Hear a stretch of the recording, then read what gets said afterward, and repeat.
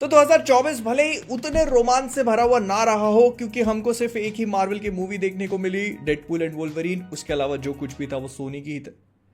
डरावने सपनों को याद करने के बजाय आगे की तरफ देखना पसंद करता हूं मैं जब नींद खुल जाती है। तो ये रही 2025 की आने वाली मूवीज जो हैं, मतलब जिनके लिए मैं एक्साइटेड हूं वो तो एक ही तरफ है, लेकिन फिर भी ये सारी मूवीज रिलीज होंगी। और ये भी बता देता हूं कि कुछ मूवीज हैं जो इस लिस्ट में आपको मिलेंगी, लेकिन उनकी रिलीज डेट्स अभी डिसाइडेड नहीं है। और हाँ, एवेंजर्स डूम्सडे मत ढूंढने बैठ जाना, 2026 में आएगी वो। तो 1 जनवरी को क्या मैंने कहा था कि सोनी की पिक्चरें बहुत हो चुकी हैं?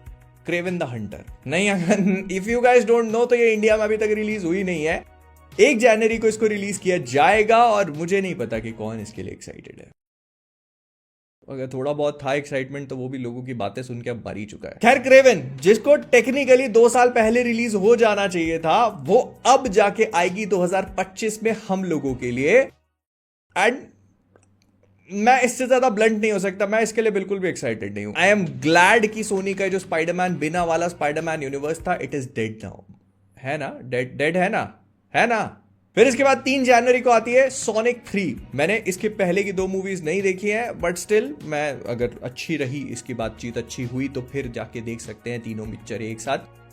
आई want to know what you guys think. ये वो मूवी है जिसको सबसे पहले रिलीज किया गया था। इसका ट्रेलर जब रिलीज किया गया था तो no one actually liked it. फिर इस मूवी को डिले किया गया, फिर इसके वीएफएक्स पे वर्क करा गया, एंड देन जब बाद में ट्रेलर रिलीज किया तो वो जो वीडियो गेम एक्यूरेट सोनिक था उसको देखकर लोगों ने प्रेज किया, and the movie worked. First part, second part ने काम किया, थर्ड का अब पता नहीं कैसा होगा, बट स्टिल 3 को आ रही। इसके बाद हम लोग पहुंच जाते हैं 10 जनवरी को, क्योंकि आ रही है नॉस्फेरातु। अब देखो, 10 जनवरी को एक और रिलीज भी है जो इंडियन सिनेमा में रिलीज हो रही है और पोटेंशियल कैरी करती है काफी हेवी निंदा रस बरसाने की, लेकिन उसके ऊपर हम लोग फ्लिकवर्स में बात करेंगे। फिलहाल के लिए नॉस्फेरातु रॉबर्ट एगर्स की मूवी है, जिनके पुराने काम से अगर आप फेमिलियर नहीं है तो जाके लाइट हाउस या फिर नॉर्थमैन देख सकते हैं, विच भी देख सकते हैं। They are actually pretty good movies.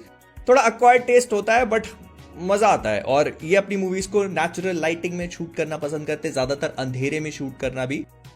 नॉस्फेरातु is also going to be one of those. ये बस आप ये समझ सकते हो कि ड्रैकुला की राइट्स लिए बिना ड्रैकुला पिक्चर बना रहे हैं, तो देखते हैं कैसी होगी। 1930s या और पहले कभी इसका एक बहुत पहले पार्ट आया था, मुझे याद भी नहीं है, बता देना जो आपको लगता है कमेंट्स में। लेकिन 17 जनवरी को एक मूवी आ रही है जिसके लिए मैं पर्सनली थोड़ा एक्साइटेड हूं। इस मूवी का नाम है वुल्फमैन, और ये मुझे बताने की जरूरत नहीं है क्योंकि मैं एक्साइटेड हूं। वेयरवुल्फ का कॉन्सेप्ट है, और इससे पहले जो मैंने वुल्फमैन देखी थी वो कई सालों पहले आई थी। उसमें वो एक पीरियड मूवी थी जिसमें वेयरवुल्फ का कॉन्सेप्ट था, उसका सस्पेंस भी मुझे ठीक ठाक लगा।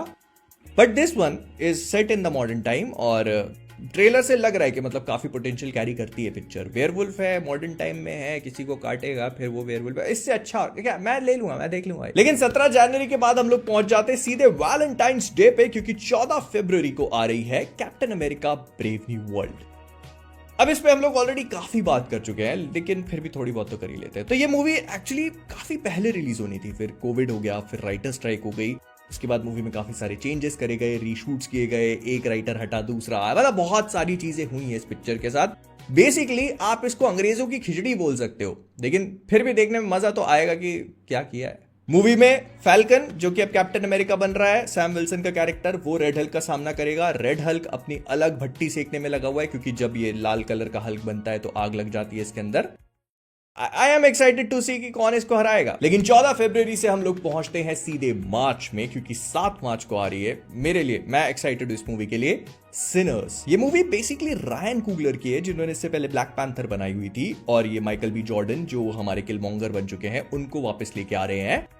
इन्होंने कुछ टाइम पहले इसका टीजर भी रिलीज किया था, और उससे इस मूवी के बारे में बिल्कुल भी आइडिया नहीं लगता, क्योंकि ये एक्चुअली एक वैम्पायर थ्रिलर एक्शन मूवी है। या you heard me right, Michael B Jordan, Hailee Steinfeld, और मैं पर्सनली जिनसे खुद बात कर चुका हूं, रायन कुगलर, इनका पूरा मतलब है जमा लिया इन लोगों ने।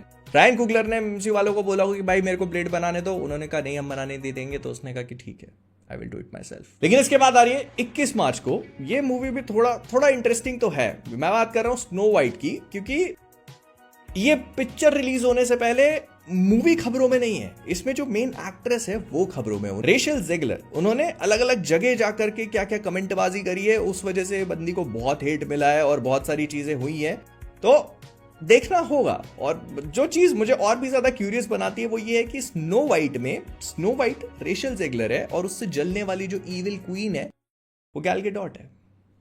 आगे आप खुद ही सोच सकते हो, क्योंकि मैं मूव ऑन कर रहा हूं 4 अप्रैल को माइनक्राफ्ट द मूवी के लिए। ये माइनक्राफ्ट वीडियो गेम्स पे बेस्ड है। इसमें हमारे एक्वामैन जेसन ममोआ होंगे।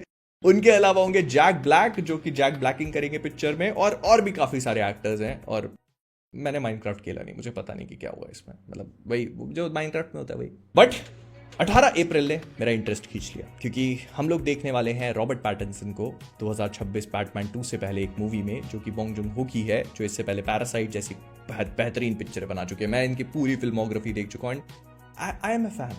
तो बॉन्ग जून हो रॉबर्ट पैटिंसन की मिकी 17, जो कि जनवरी में रिलीज होने वाली थी, पर ड्यू टू सम रीजंस इसको डिले किया गया है, जो कुछ भी इनके इंटरनल होगा। मूवी प्योरली साई-फाई है। रॉबर्ट पैटिंसन कई सारे अलग अलग रोल्स में देखने को मिलेंगे, जो कि एक ही बंदे का रोल प्ले करते हैं, जो कि एक्सपैंडेबल है, मतलब वो बार बार मरता जाता है, फिर उसको क्लोन करके दोबारा जिंदा किया जाता है। कुछ ऐसे टास्क के लिए इसको बनाया जा रहा है जो कि मार ही देंगे आपको। तो या I am kind of excited for this one. लेकिन ज्यादा समय इंतजार करने की जरूरत नहीं पड़ेगी, क्योंकि 2 मई को, आप चाहो या ना चाहो, आ रही है मार्वल की एक और पिक्चर थंडरबोल्ट्स, जिसके बारे में मुझे नहीं पता। मैं सेंट्री को लेकर एक्साइटेड हूं इस पिक्चर में। तो इसको कई लोग मार्वल की सुसाइड स्क्वाड भी बोल रहे हैं, क्योंकि इन अ वे इस टीम को इसीलिए बनाया गया है ताकि एक मिशन पे जाए और फिर वहां जाके मर जाए, बिकॉज वहां उनकी मुलाकात होती है सेंट्री से। प्लस बोला भी जा सकता है, क्योंकि वो सारे कैरेक्टर्स हैं जो हम टेक्निकली भूल चुके थे कि एमसीयू में एग्जिस्ट भी करते हैं, तो उन सबको मिला करके एक पिक्चर बना दी है। और इसके साथ अब क्या होगा ये नहीं, थंडरबोल्ट्स एस्ट्रिक्स है आखिरी में, अब वो क्या है मेरे को नहीं पता, आप देख लेना अपने। डार्क एवेंजर्स है तो सीधे बता दो ना यार। लेकिन 2 से हम लोग थोड़ा आगे बढ़ेंगे, क्योंकि 23 मई को आ रही है mission impossible the final reckoning. इससे पहले आया था डेड रेकनिंग, फिर इसके बाद इसका नाम था डेड रेकनिंग 2। लेकिन क्योंकि पैरामाउंट वालों को लगा कि पिक्चर को मार्केट करने के लिए एंड गेम जैसी चीज दिखाना अच्छा रहेगा, तो उन्होंने इस पिक्चर का नाम रख दिया फाइनल रेकनिंग, क्योंकि शायद इसमें हम एथन हंट को लास्ट टाइम देखेंगे। I am sure Tom cruise की इसमें बिल्कुल भी सहमति नहीं होगी, क्योंकि he can actually do this shit till he is in his 90s। Motorcycle पहाड़ से गिरानी तो है, और क्या पैराशूट खोल के उतर जाएंगे। तो मिशन इम्पॉसिबल फाइनल रेकनिंग का टीजर कुछ दिनों पहले रिलीज हुआ, and it looked like a mission impossible teaser. उसमें वो सारी चीजें थी, प्लेन पे उड़ना, पानी के अंदर जाना, बर्फ के अंदर पनडुब्बी, सब चीजें हो रही हैं उसमें। मतलब ऐसा लग रहा है कि आपको एक मोमेंट भी ऐसा नहीं मिलेगा जहां पर चैन से सांस ले सको। और सांस लेना ही क्यों है, क्योंकि इसी के अगले हफ्ते आ रही है 31 मई को कराटे किड लेजेंड्स। ये कहानी काफी इंटरेस्टिंग, क्योंकि कराटे किड शुरू हुई थी मिस्टर मियागी के साथ, जब उनको डेनियल मिलता है, उसको वो ट्रेन करते हैं, राल्फ माशियो का कैरेक्टर।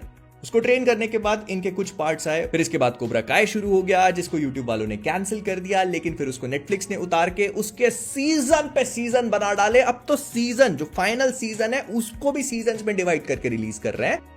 लेकिन साथ में आ रही है एक पिक्चर। अब ये मूवी राल्फ माशियो के कैरेक्टर डैनियल लरूसो को तो लेके आ ही रही है, लेकिन जो बीच में जेडन स्मिथ और जैकी चैन की मूवी आई थी द कराटे किड, वो सॉर्ट ऑफ रिबूट सा था, उन दोनों को मिला देगी, मतलब दोनों के यूनिवर्स को लाइड होंगे, और इसमें लोग एक नए कराटे किड को ट्रेन करते हुए नजर आ रहे हैं। इसका छोटा सा टीजर भी रिलीज हुआ था, and by the looks of it looks fine, मतलब एक कराटे किड मूवी लग रहा है, ठीक है देखेंगे। बट इसके बाद भी ज्यादा दिन का क्या यार, हफ्ते भर एकदम एक के बाद एक पिक्चर पैक्ड है। 6 जून को आ रही है ballerina. I am definitely excited for this one. Ana de Armas तो नाम है, हाँ। तो एना डी अरमास जो है वो जॉन विक के यूनिवर्स में अपनी कैरेक्टर बैलरीना का रोल प्ले करते हुए दिखेंगी। ये मूवी जॉन विक 4 से पहले सेट है, क्योंकि इसमें हमको कियानू रीव्स के जॉन विक भी देखने को मिलेंगे।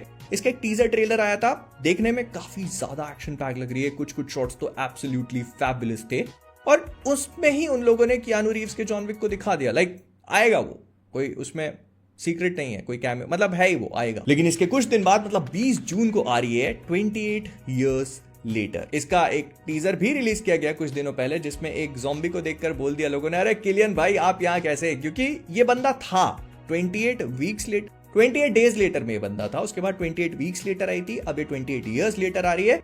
और अगर आप इस यूनिवर्स से फेमिलियर नहीं हो ना, तो इसमें ये लोग ज़ॉम्बीज को दिखाना तो पसंद करते हैं, लेकिन बहुत मुश्किल से, मतलब बहुत मिन्नतें करनी पड़ेंगी आपको। ये यूनिवर्स एम्प्टीनेस पे ज्यादा फोकस करता है, मतलब जो इंसान बच चुके हैं वो गाड़ी वाड़ी भी चला रहे हैं और अपना रोड ट्रिप पे निकल जा रहे हैं, ज़ॉम्बीज हैं, लेकिन कहां पर वो आपको ढूंढने पड़ेंगे। बट या nonetheless the movie was good. 28 days और वीक्स दोनों अच्छी थी। और अच्छी बुरी हो या नहीं हो, 27 जून को 2 पिक्चरें आ रही हैं, एक F1 ब्रैड पिट की और दूसरी मेगन 2। अगर आप लोगों ने मेगन 1 नहीं देखी तो देख सकते हो, और ठीक मूवी है, कुछ इंटरेस्टिंग सा टेक है।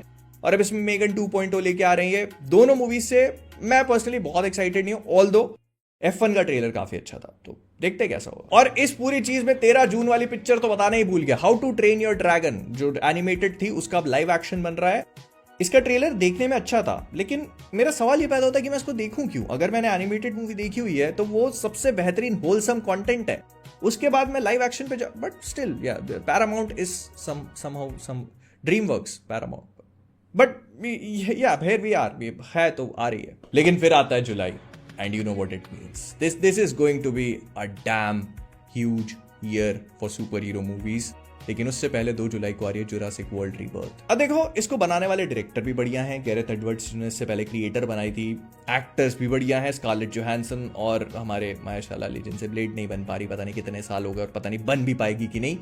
वो जुरासिक वर्ल्ड करने को तैयार। उसने कहा कि जुलाई के महीने में तुम अपनी सुपर हीरो पिक्चर डालो, लेकिन मैं भी अपनी डालूंगा। 10 मिनट जिंदा रह लेना भाई पिक्चर में। खैर, तो पिक्चर सब चीजें ठीक है, but somehow I don't feel confident while watching. मतलब मैं इसके लिए इतना कॉन्फिडेंट हूं नहीं, क्योंकि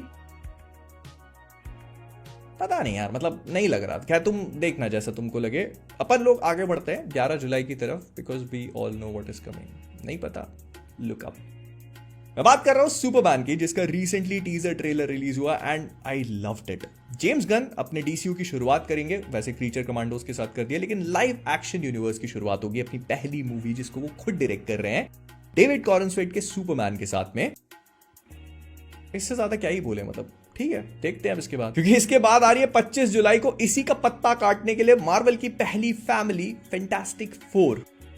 नाउ मैं इस मूवी के लिए भी एक्साइटेड हूं, मतलब सुपरमैन के लिए भी, इसके लिए भी। We are superhero fans, क्यों नहीं हो सकते। तो फैंटास्टिक 4 जो है वो हमारे एमसीयू में सेट नहीं होने वाली, इसके बारे में कई सारी अलग चीजें हैं। ये एक रेट्रो फ्यूचरिस्टिक वर्ल्ड की कहानी बताएगी, जो एक ऑल्टरनेट यूनिवर्स है, और यहां पर गैलेक्टस भी होगा। फैंटास्टिक 4 तो है ही है, उनके बच्चे भी होंगे, एंड समहाउ इसमें कैसे भी है आरडीजे के डॉक्टर डूम को भी दिखाएंगे, because I just can not accept कि हम लोग एवेंजर्स डूम्सडे में पहली बार आरडीजे के डूम को देखेंगे। There has to be something, और इसीलिए मैं एक्साइटेड हूं। फिर 25 जुलाई से लेकर एक महीना ऑलमोस्ट कोई पिक्चर नहीं। 26 सितंबर को रिलीज हो रही है सॉ 11। मेरे को नहीं, मैंने 10वीं भी नहीं, मैंने 4थी पे छोड़ दी थी। बीच में 1-2 देखने की कोशिश करी, लेकिन मुझे लगा कि क्या ही मतलब है। 10 अक्टूबर को जेरेड लेटो आ रहे हैं अपनी ट्रॉन एरीज लेकर। इससे पहले वाला जो ट्रॉन का पार्ट था वो मुझे ठीक लगा था, ऑल्दो काफी बढ़िया वीएफएक्स वगैरह थे उसके, और इसका कॉन्सेप्ट भी अपने आप में यूनिक है। जो रावण ने करने की कोशिश करी थी कुछ सालों पहले, वो ये कई सालों से करते आ रहे हैं। मतलब एक इंसान होगा, वो वीडियो गेम्स में घुस जाएगा, वीडियो गेम्स असली दुनिया में आ सकते हैं। ये सारी चीजें हैं इस पिक्चर में, तो देखना होगा कि ट्रॉन एरीज के साथ क्या किया जा रहा है। 17 अक्टूबर को स्कॉट डेरिक्सन की ब्लैक फोन का सीक्वल ब्लैक फोन 2 आने वाला है। ब्लैक फोन ऑल्दो काफी हाइप्ड मूवी थी, लेकिन मुझे ठीक ठाक लगी। उसका कॉन्सेप्ट अच्छा था, एक्टिंग परफॉर्मेंसेस भी सारी चीजें बढ़िया, but it somehow felt like an incomplete movie. तो ब्लैक फोन 2 कैसी होगी देखने में मजा आएगा। लेकिन 24 अक्टूबर को ये पिक्चर, मैं मॉर्टल कॉम्बैट 2 की बात कर रहा हूं। मैं ये सोच रहा हूं कि ये पिक्चर आ क्यों रही, मतलब आई एम नॉट कंप्लेनिंग। मैं फर्स्ट को भी एकदम बढ़िया तरीके से एंजॉय किया था, सिट बैक रिलैक्स करके, इसको भी कर लेंगे, बट अब क्यों।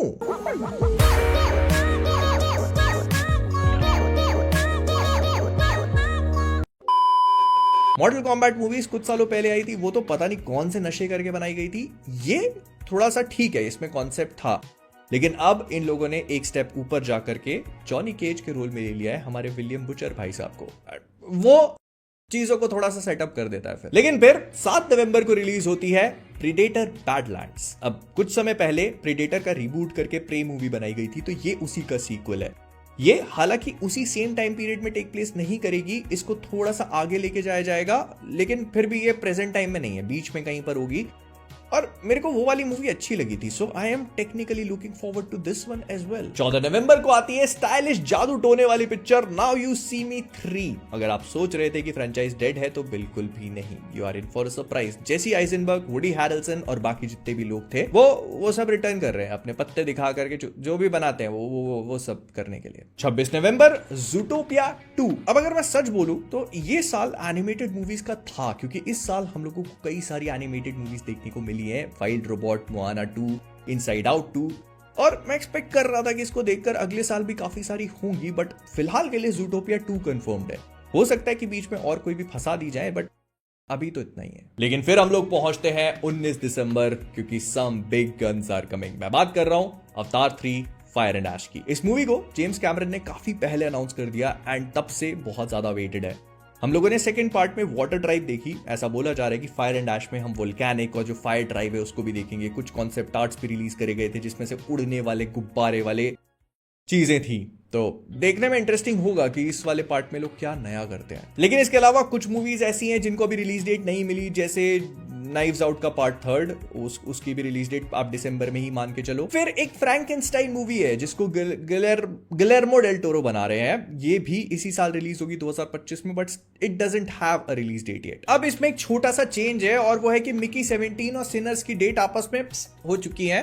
मतलब मिकी 17 जो कि अप्रैल में आ रही थी, अब वो 6 मार्च को सिनर्स की डेट पे रिलीज होगी, और जो सिनर्स है वो मिकी 17 की जगह पर। ये अब कैसे क्या हुआ, क्यों हुआ, इसके लिए आप रोस्ट वर्स का पिछला एपिसोड देख सकते हो। फिर इसके अलावा कुछ टीवी शोज भी हैं जिसके लिए मैं पर्सनली बहुत एक्साइटेड हूं। सबसे पहले स्ट्रेंजर थिंग्स का फाइनल सीजन इसी साल रिलीज होगा, लेकिन कितने पार्ट्स में वो तो हमको पता नहीं। अब जब कोबरा काय जैसी चीज को 3 पार्ट्स में रिलीज किया जा रहा है, तो इस हिसाब से तो स्ट्रेंजर थिंग्स का एक एपिसोड 1 महीने में देखने मिल जाए बहुत बड़ी बात हो जाएगी। फिर वेडनेसडे का सीजन 2 भी 2025 में कभी रिलीज होगा, और इसके अलावा डेयरडेविल रीबॉर्न अगेन 4 मार्च को आएगा, तो वो एक हफ्ते में एक देखने को मिलेगा। और हाँ, स्क्विड गेम का सपोजिडली फाइनल सीजन मतलब सीजन 3 2025 में रिलीज होना, और गलती से नेटफ्लिक्स वालों ने ये रिवील कर दिया था, लीक कर दिया था उनके किसी दूसरे कंट्री की वेबसाइट पे कि ये जुलाई में रिलीज हो जाएगा 2025 के। तो अब कब होता है ये पता नहीं। तो ये थी साल 2025 में आने वाली वो सारे, और नहीं, फास्ट एंड द फ्यूरियस का अगला पार्ट भी 2026 में आ रहा है। इतने दिमाग के घोड़े दौड़ाने की जरूरत नहीं, अगर दौड़ाना है तो अपनी उंगलियां दौड़ाओ लाइक बटन के ऊपर।